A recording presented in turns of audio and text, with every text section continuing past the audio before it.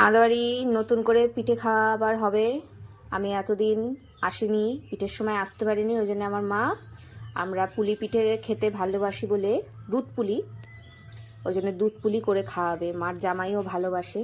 এর মধ্যে যে দাঁত বার করা পিঠেগুলো দেখা যাচ্ছে, এগুলো আমি তৈরি করেছি, কেউ হাসবে না দেখে।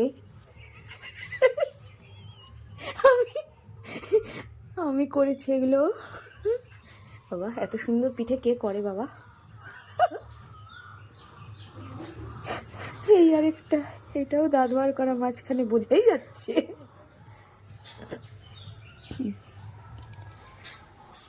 এই যে আমার মা এগুলো করে করে, ও তার মধ্যে এটাও আমি করেছি। এটা মনে হচ্ছে একটু একটু হয়েছে পদের। আমি পারি না বাবা, যা পেরেছি করেছি। এই যে মা করছে।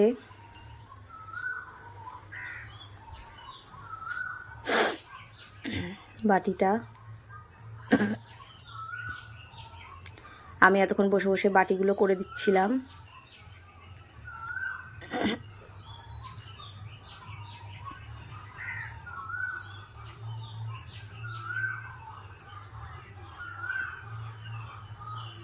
আমার দিদা আরও ভালো করতে পারে, কিন্তু বর্তমানে এখানে নেই।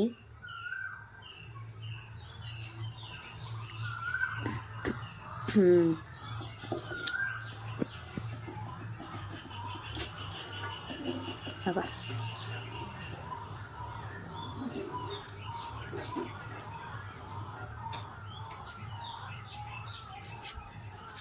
হাতের কায়দাটাই আসল। পিঠে মোড়ার হাতের কায়দাটা দিদা সব থেকে ভালো পারে, বলো মা? দিদা আমাকে শিখিয়ে দিয়েছিল, কিন্তু তবু আমি করতে পারি না।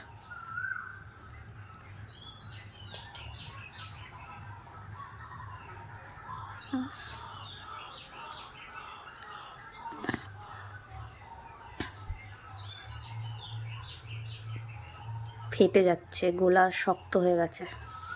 গরম গরম তৈরি করতে পারলে বেশি ভালো হয়। নারকেল আর চিনির পুর, এটা সে তো চানাচুর ভাজার মতো হয়ে গেছে, শক্ত। এই যে এদিকে তৈরি করা চলছে। কেমন করে বাটি করেছে একটু দেখো। নারকেল আর চিনিটা আমার বাবা জাল দিয়ে দিয়েছে, কিন্তু শক্ত হয়ে গেছে, চানাচুর ভাজার মতো, কিছু করার নেই। ওই জন্য আমার পিঠেটা ওরকম হয়ে গেছে।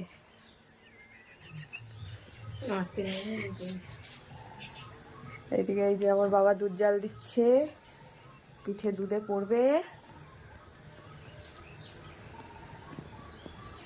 এখনো দুধে দেওয়া হয়নি, দুধ এখনো ফুটিনি। এই যে করে করে কি সুন্দর আমার মা রাখছে, কিন্তু আমি করতে পারি না। পিঠেগুলো সব একটা করে বাটিতে তুলে নিয়েছে, এবার এগুলো দুধে ছেড়ে দিতে হবে। এদিকে দুধও ফুটে উঠেছে, দুধে তেজপাতাও দিয়ে দেওয়া হয়েছে গন্ধের জন্য। এই যে একটা একটা করে পিঠে দুধের মধ্যে চলে যাচ্ছে। ওহ, কি দারুণ খেতে, হেবি সুন্দর হয়।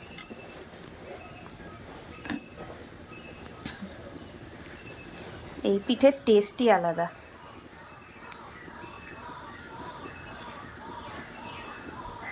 দুধ কম হবে না তো? বেশি হয়ে যাবে? বেশি হলে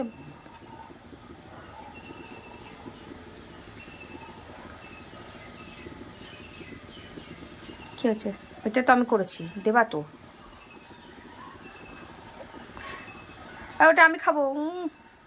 যাও, তোমাদের খেতে হবে না, আমি পারি না।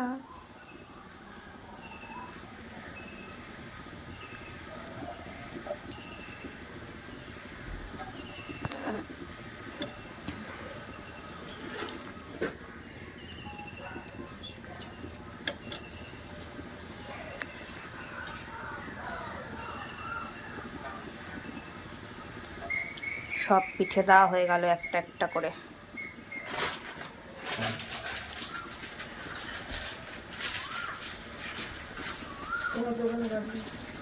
এবার এটা ফুটে উঠলে